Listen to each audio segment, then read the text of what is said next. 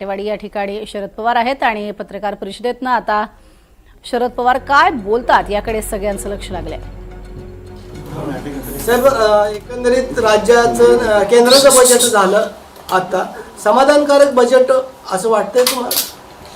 असं की मी महाराष्ट्राच्या विधानसभा, देशाची लोकसभा, राज्यसभा या सगळ्या संस्थांच्या मध्ये गेले 58 वर्ष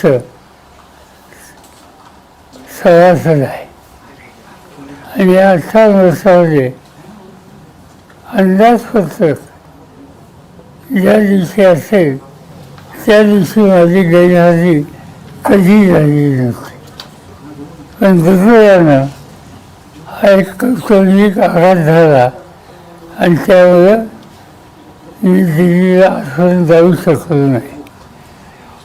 त्यामुळं सभागृहात जाऊन अंदाजपत्रक ऐकणं ती संधी मला यावेळी घेता आली नाही, पण जे काही वाचलं त्याच्यामध्ये 2-3 गोष्टी दिसतात। एक अंदाजपत्रकाच्या दृष्टीनं शक्यतो नवीन कर किंवा प्रथम सामान्य माणसाला जास्त होतील अशा प्रकारच्या गोष्टी जाणीवपूर्वक चाललेल्या आहेत, ही एका प्रकारे समाधानाची गोष्ट आहे। पण या अंदाजपत्रकामधून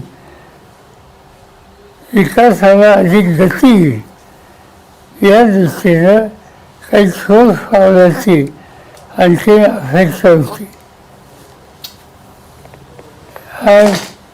त्याच्यानंतर माझ्या होते एक दुसरा निर्णय असता आंतरराष्ट्रीय भारत आणि तो म्हणजे अमेरिकेनं भारताच्या संदर्भात जी कर आकारणी केली होती त्याच्यामध्ये काही प्रमाणात कपात करण्याचा निर्णय घेतलेला आहे। मला फक्त 1-2 गोष्टीची चिंता आहे की अमेरिका आणि भारत यांचा हा जो नवीन करार होतो आहे त्याचं स्वच्छ चित्र आणखी 2 दिवसात देशाच्या समोर येईल, त्यानंतर त्याचा सविस्तर भाष्य करणं योग्य होईल।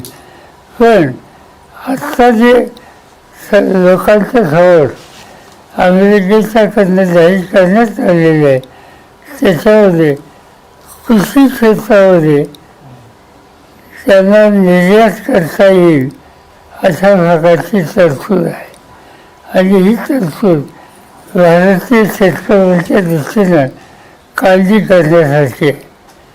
अमेरिका एक शक्तिशाली देश आहे, आर्थिक ताकद त्यांची जास्त आहे आणि त्यामुळे त्यांनी एखाद्या महत्त्वाच्या उत्पादन वस्तूंची निर्यात अनेक देशांमध्ये करायला सुरुवात केली तर त्याचा परिणाम त्या देशाच्या त्या वर्गावर विपरीत परिणाम होतो आणि ती स्थिती भारतीय शेतीच्या बाबतीत येऊ नये अशी अपेक्षा माझ्यासारख्याची आहे।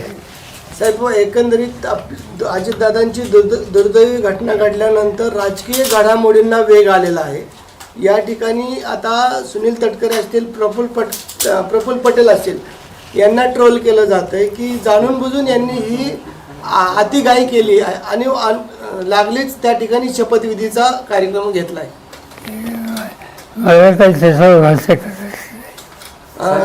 अजितदादांचं स्मारक होतंय बारामतीमध्ये, आपण जागेची पाहणी देखील त्या ठिकाणी केली, कशा स्वरूपात कोणी सांगितलं?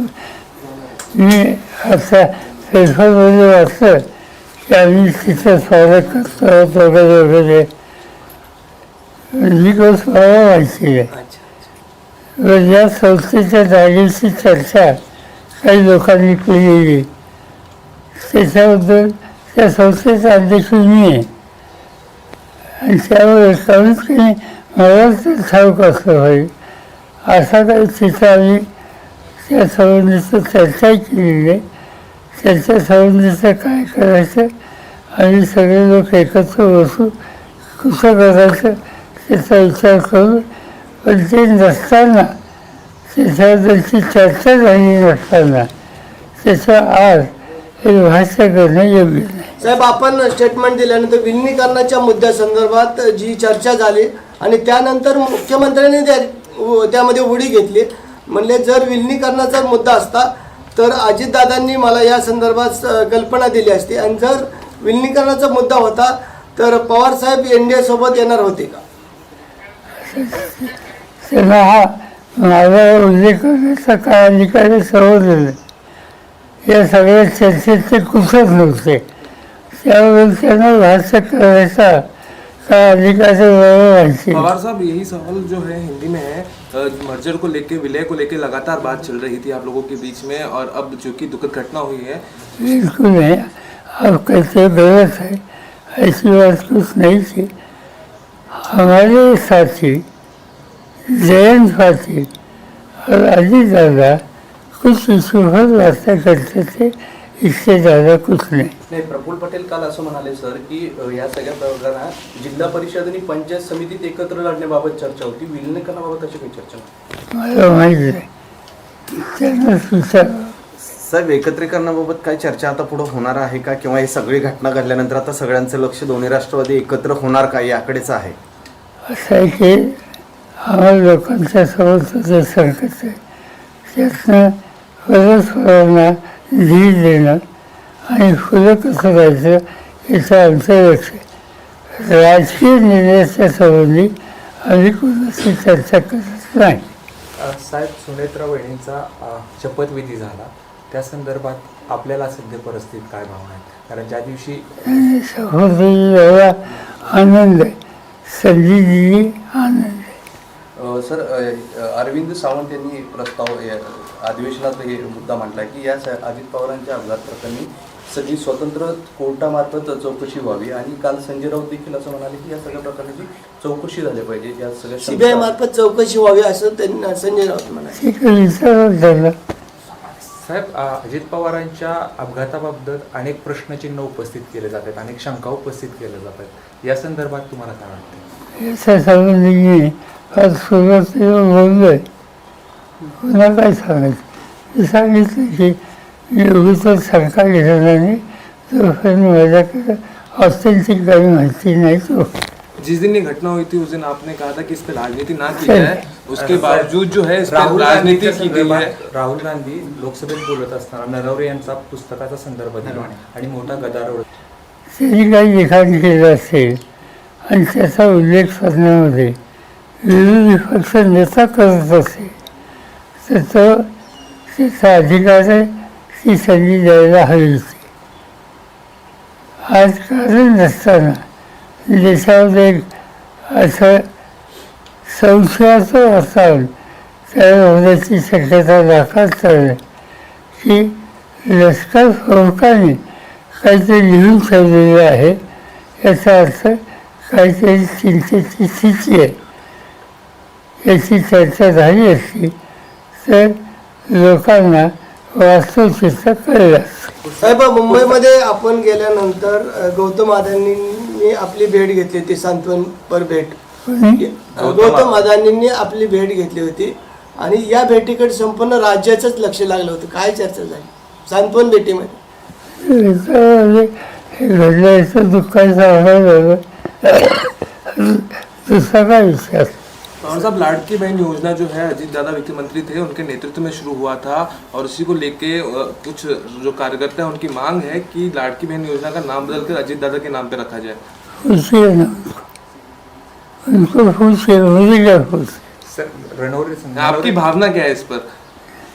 लोकसभेकडे पुन्हा एकदा जातो, जो प्रकार झाला, अमित शहा उठले, त्याला विरोध केला, राजनाथ सिंह सातत्याने नरवरेंचं प्रकरणामध्ये आम्ही राजनाथ सिंह म्हणत होते ते पुस्तकच प्रकाशित झालं नाही तर त्या संदर्भात बोलू नये. ओम बिर्लांवरती देखील अनेक प्रश्न उपस्थित होते, त्या संदर्भात सगळ्या पुस्तक प्रकाशित झालं नाही. माझ्या हातात कॉफी आहे, तरी मी दाखवली सध्या अध्यक्षांनी सांगितलं की असेल ती करा, ती केली. त्याला विरोध करायचं कारण काय? सर हाच हिंदीमध्ये सांगा, हिंदीमध्ये. हे कोणी बोलणे की ज्याला आवश्यकता नाही. Sir, India US trade deal को लेकर राहुल गांधी ने कई सवाल उपस्थित किए. उन्होंने कहा कि पीएम मोदी पर अमेरिका की तरफ से बहुत दबाव है. ये जवाब था या नहीं ये मुझे मालूम नहीं, मगर इससे कुछ अच्छी बात है, कुछ कमियाँ. मुंबईत पार्थ पवार आणि रोहित पवारांची जिल्हा परिषद बैठक सुरू आहे असं कळत आहे सर. पार्थ पवार आणि रोहित पवार यांची जिल्हा परिषदेबाबत मुंबईत बैठक झालं असं कळत आहे. माहिती आहे, राज्यसभा माहिती आहे मला.